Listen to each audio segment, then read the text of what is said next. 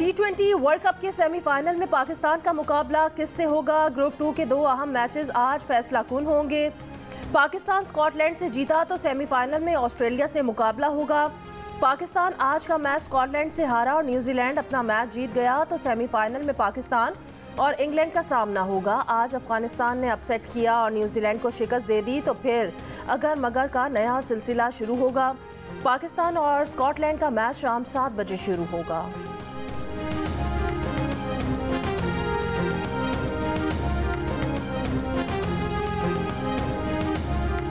अफगानिस्तान नहीं हरा पाते न्यूजीलैंड को, फिर बैग पैक करके घर जाएंगे और क्या।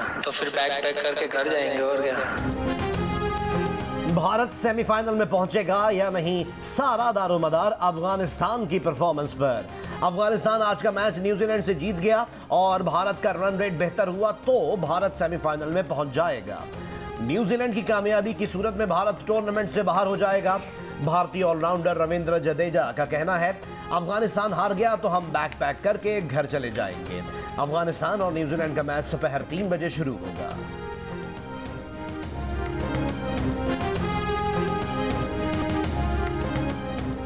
इंग्लैंड ने हारकर भी जनूबी अफ्रीका की सेमीफाइनल में पहुंचने की उम्मीदें खाक में मिला दी।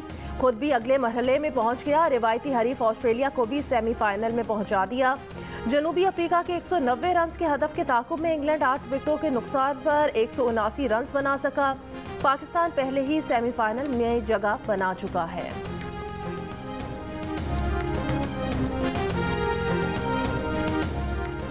रावलपिंडी एक्सप्रेस शुएब अख्तर ने कहा है कि सेमीफाइनल में पाकिस्तान के खिलाफ ऑस्ट्रेलिया का कोई चांस नहीं। पाकिस्तान के स्पिनर्स ऑस्ट्रेलिया को फंसा देंगे। प्रोग्राम जश्न क्रिकेट में गुफ्तगू में शुएब अख्तर ने कहा कि अगर न्यूजीलैंड की टीम हारी तो बहुत सवालात खड़े होंगे। भारत ने अब तक बहुत बुरी क्रिकेट खेली है, इसलिए भारत सेमीफाइनल में जगह बनाने की मुस्तहिक नहीं। के लब्बैक के मुजाहिरीन का 10वां रोज दरियाए चिनाब पर रुकावटें हटा दी गईं। जीटी रोड 15 रोज बाद एक तरफ से बहाल। लाहौर से रावलपिंडी जाने वाली साइड पर दोनों तरफ से ट्रैफिक गुजर रही है। वजीराबाद में इंटरनेट सर्विस आज भी बंद है।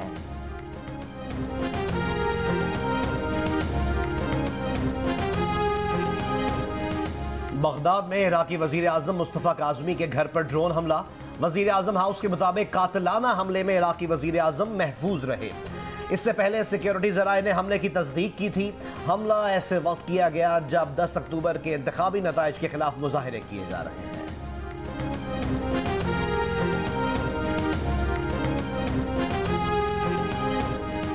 मुल्क में कोरोना से मजीद 20 संवाद 24 घंटों में 471 नए केसेस सामने आ गए। गुज़श्ता रोज़ कोरोना के 43,348 टेस्ट किए गए।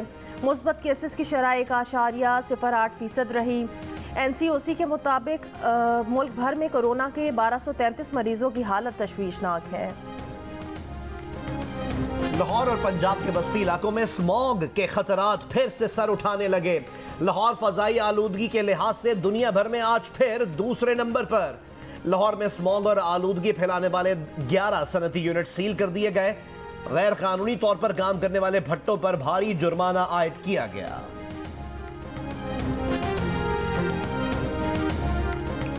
मुशीर खजाना शौकत तरीन ने पेट्रोलियम मसनूआत पर पेट्रोलियम लेवी मजीद बढ़ाने का इरादा जाहिर कर दिया।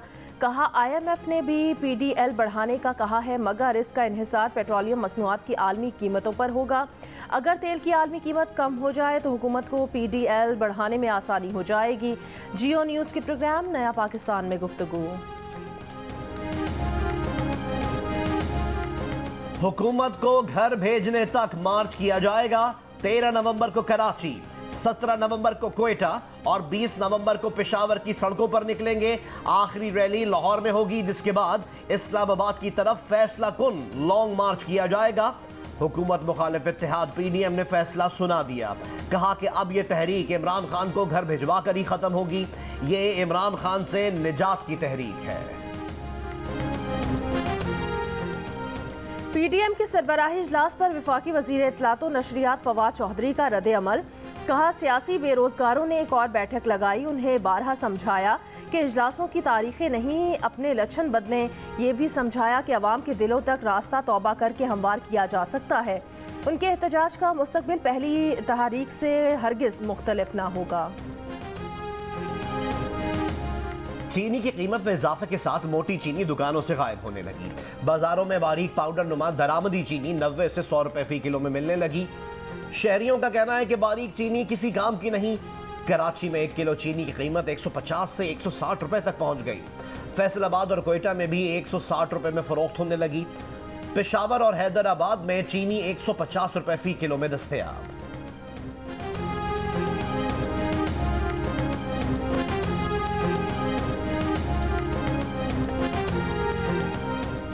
Chairman Peoples Party Bilawal Bhutto Zardari ने कहा महंगाई से निजात के लिए इमरान खान से निजात जरूरी है।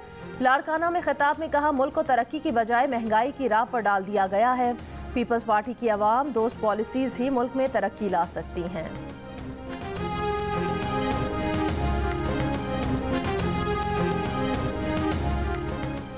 तहरीक लब्बैक अब कलअदम नहीं रहेगी। वफाकी हुकूमत ने पाबंदी हटाने की मंजूरी दे दी।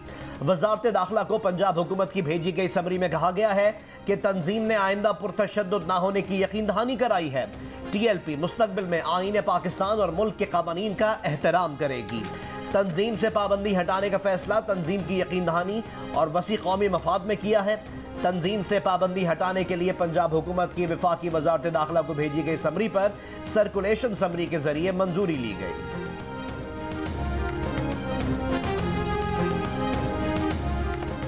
कराची के इलाके लियारी में एक तरफ झुकने वाली इमारत गिराने का काम जारी। इलाका मकीनों का कहना है 3 माह पहले SPCA को दरख्वास्त दी गई थी मगर कोई कार्रवाई नहीं की गई। मामला मीडिया में आया तो SPCA ने इमारत गिराने का काम शुरू कर दिया। लियारी में 50 गज पर 6 मंजिला इमारत बनाई गई थी। 10 का ज़िमनी इंतखाब से मुताल्लिक इलेक्शन कमीशन की रिपोर्ट में मेरा जिक्र सिर्फ रंग भरने के लिए किया गया। इस रिपोर्ट को चैलेंज करूंगी। पार्टी मुहिम चलाने की जिम्मेदारी भी मेरी नहीं थी। तहरीक इंसाफ की रहनुमा फिरदौस आशिक अवान की जियो न्यूज़ के प्रोग्राम नया पाकिस्तान में बातचीत। इलेक्शन कमीशन ने रिपोर्ट में कहा था कि इलेक्शन में हेराफेरी की मनसूबाबंदी असिस्टेंट कमिश्नर हाउस के इजलास में हुई, जिसमें फिरदौस आशिक अवान ने भी शिरकत की।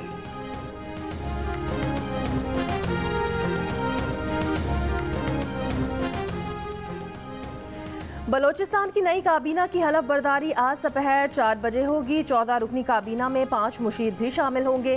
तर्जुमान बलोचिस्तान अवामी पार्टी का कहना है बलोचिस्तान काबीना की तश्कील में कोई इख्तलाफात नहीं।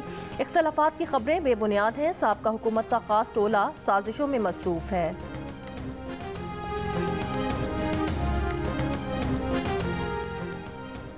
कनाडा में खालिस्तान के हामी सिख ग्रुप की हतक इज्जत के मुकदमे में कामयाबी। सिख फॉर जस्टिस को सुप्रीम कोर्ट ओंटारियो में मुकदमे के पहले मरहले में कामयाबी मिल गई।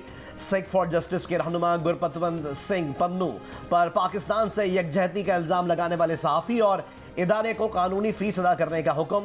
लंदन में 31 अक्टूबर को रेफरेंडम के पहले मरहले में 30,000 से ज़ायद सिखों ने हिस्सा लिया था।